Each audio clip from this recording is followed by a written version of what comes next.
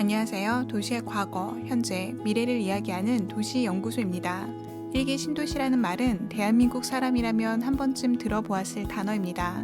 1989년 계획안이 발표된 이후로 주요 부동산 뉴스, 기사, 칼럼 등 다양한 매체를 통해 수없이 많이 언급되었습니다. 오늘은 일기 신도시가 과연 무엇인지 주요 특징을 짚어보며 자세하게 알아보는 시간을 가져보겠습니다. 일기 신도시란 노태우 정부 시절 주택 부족의 해결을 위해 주택 200만 호 건설이라는 대한민국 역사상 최대 규모의 주택 건설 프로젝트 사업입니다.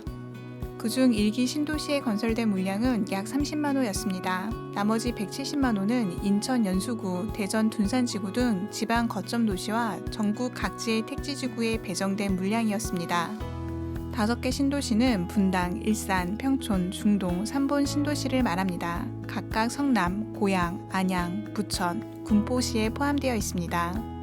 계획 당시 분당 신도시에는 97,500호, 일산 신도시에는 69,000호, 평촌, 중동, 삼본 신도시에 각각 42,500호를 건설할 예정이었습니다. 일기 신도시를 계기로 대한민국에서 본격적으로 아파트 위주의 주거 환경이 만들어졌고 반대로 단독주택은 이때부터 인기를 잃고 슬럼화되기 시작하였습니다. 이 중 분당과 일산 신도시는 기존 시가지와는 완전히 분리된 광활한 부지에 조성된 신도시이며 중동, 평촌, 삼본 신도시는 기존 시가지의 미개발지를 활용하여 건설한 신도시입니다. 또한 분당과 일산 신도시는 광활한 대지에 조성된 만큼 아파트 배치가 넓고 녹지도 충분히 확보하였으며 계획 인구 밀도를 낮게 잡았습니다. 이에 비해 중동, 평촌, 삼본 신도시는 기존 시가지의 미개발지에 조성되어 좁은 구역에 많은 인구를 수용하기 위해 아파트 배치가 빽빽하고 계획 인구 밀도도 높게 잡았습니다. 이 때문에 분당이나 일산은 거주에 쾌적함이 느껴지고 중동, 평촌, 삼본은 분당과 일산에 비해 답답함을 느끼게 됩니다. 일기 신도시는 삼본을 제외하고 자족 기능을 달성하도록 계획되었지만 초기에는 자족 기능을 거의 실현하지 못하고 대부분 베드타운으로 전락하였습니다. 중동 신도시의 경우 리첸시아 중동 등의 주상복합 아파트가 2010년대에 들어서야 완공되면서 계획된 신도시가 완성되었습니다. 일산 신도시는 중앙로 이남 지역이 2000년대 들어서 개발되면서 라페스타와 웨스턴 돔을 중심으로 하는 장항동 상권이 자리 잡게 되었습니다. 평촌 신도시는 터미널 부지가 아직도 미개발 중이며 삼본 신도시도 능암공원이 위치한 병원 부지가 아직 미개발 중입니다. 기업의 본사가 들어온 분당 신도시와 문화방송, JTBC 등 방송국이 위치한 일산 신도시, 공단과 업무지구가 있는 평촌 신도시만이 현재 자족 기능을 어느 정도 실현하였습니다. 이번에는 각 일기 신도시를 하나씩 체계적으로 분석해 보겠습니다. 먼저 분당 신도시입니다. 신도시가 들어서기 전 분당 신도시의 부지는 오이나 참외밭이 많았던 전형적인 농촌 지역이었습니다.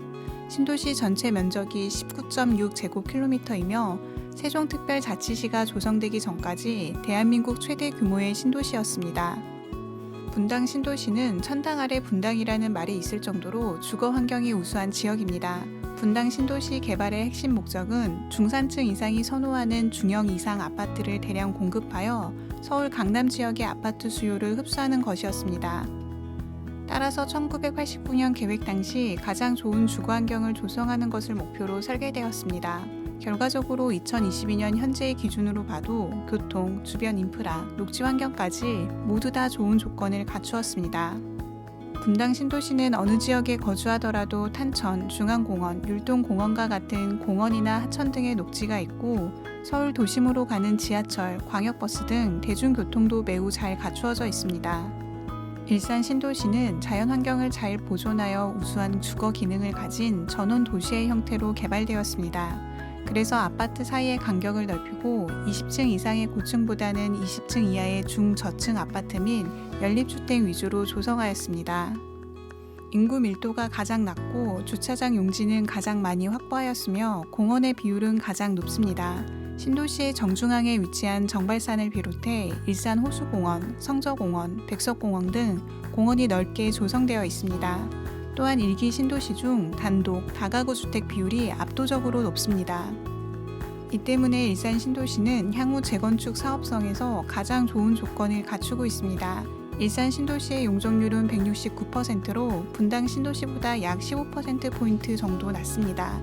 기반 시설과 각종 인프라는 분당 신도시가 우수하여 재건축, 리모델링의 가능성은 더욱 높지만 물리적 환경은 일산 신도시가 우위에 있다고 볼 수 있습니다. 안양시 동안구에 조성된 평촌 신도시는 신도시 전체가 네모 반듯한 격자형 도로망을 갖추고 동서로 뻗은 왕복 8차로의 시민대로를 따라 안양시청, 관공서 및 상업, 업무지구가 배치되어 있습니다.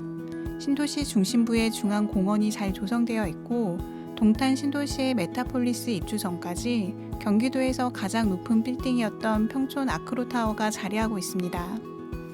평촌 신도시의 동쪽 지역에는 첨단 산업단지인 평촌 스마트스퀘어가 있습니다. 평촌 스마트스퀘어에는 대한전선 본사, LG U+ 평촌 메가센터, 펄어버스를 비롯해 다양한 중견, 중소기업들의 본사와 연구센터들이 입주해 있어 다양한 일자리를 제공하고 있습니다.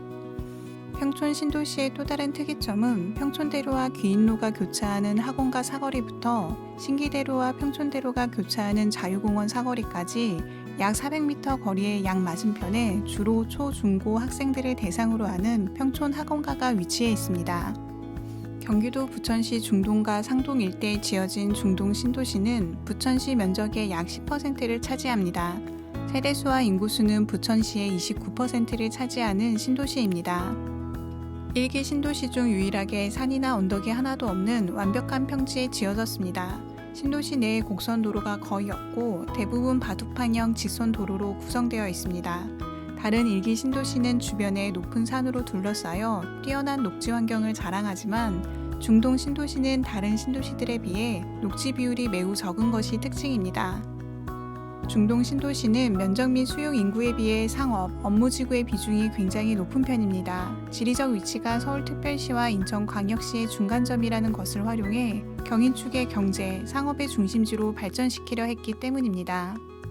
마지막 3번 신도시는 1기 신도시 중 가장 작은 규모로 계획되었습니다. 다른 1기 신도시에 비해 상업 및 업무지구의 비중이 적고 주거 목적의 고밀도 아파트 위주로 개발되어 인구 밀도가 높은 도시입니다. 3번 신도시는 다른 1기 신도시들과 다르게 한국토지공사가 아닌 대한주택공사가 전담하여 건설하여 도시 구조 및 아파트 평형 배분 등 이전의 택지지구와 유사하게 건설되었습니다.